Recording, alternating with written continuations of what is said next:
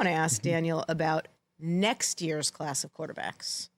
Yeah, there's some interesting guys. I would use the word intriguing so far. I'm very early on in the process of getting into these guys and studying them. But the two that I think are going to be the most discussed and they're fun in different ways. Cam Ward from Miami. He is, he's like kind of the gunslinger. He's a little under 6'2", about 220 pounds. He's real sturdy, strong kid. He's got a big arm. He's played a lot of football. He's played at 3 different schools.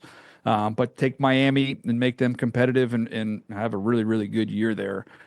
He's got one you've got to rein in a little bit, but he's really, athletic, twitchy, can make a lot of big time throws, but there's some arrogance as a thrower at times where we can kind of reel that in, which given my druthers, I'd much rather be able to try and reel in an aggressive player than to try and stall aggressiveness in a passive player.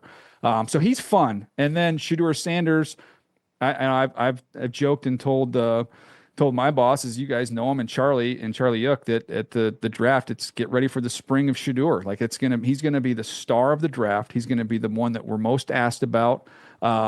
It's intriguing, obviously, just because of his dad and the turnaround that they've executed there at the University of Colorado. But he is a pure pocket passer. I mean, just a pure motion. He makes good decisions. He's accurate with the ball. I don't think he has an exceptional arm. I don't think he's an exceptional athlete, but I think he's just above the line at almost across the board. And another one who I like the fact that he was at Jackson State. I like the fact that life gave him new challenges when he went to Colorado and they weren't good on the offensive line and he got the crud beat out of him. I like that he came back from that and literally took this offense and this team to heights it hasn't seen in quite some time. So he's an intriguing one. He's not quite as twitched up or as explosive a thrower as Cam Ward is, but maybe a little more dependable, reliable, and a little bit less of that kind of arm arrogance that could show up a little bit with Cam Ward. So should a team that is drafting high, who needs which needs a quarterback, be concerned about the coming draft? Is it a weak quarterback draft, as some have said, or do we not know that yet? I don't know that definitively yet.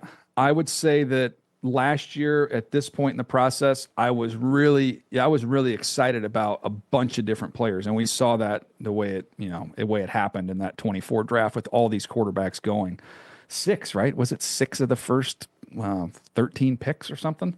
So it's not that.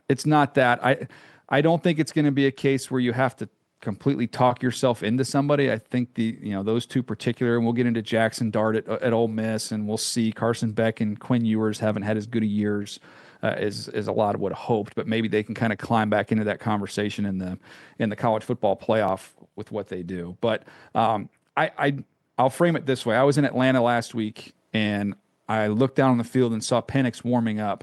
And from the early work that I've done on this year's quarterbacks, I was like, you know what? If I see Terry Fontenot walking around the stadium, the Falcons general manager, maybe I go, okay, I understand the Penix thing a little bit more now after I've dug into this group of quarterbacks, and Penix would stack up quite favorably. Check out new episodes of What the Football with Suzy Shuster and Amy Trask every Tuesday. Watch us on the Rich Eisen Show YouTube page or follow and listen wherever you get your podcasts.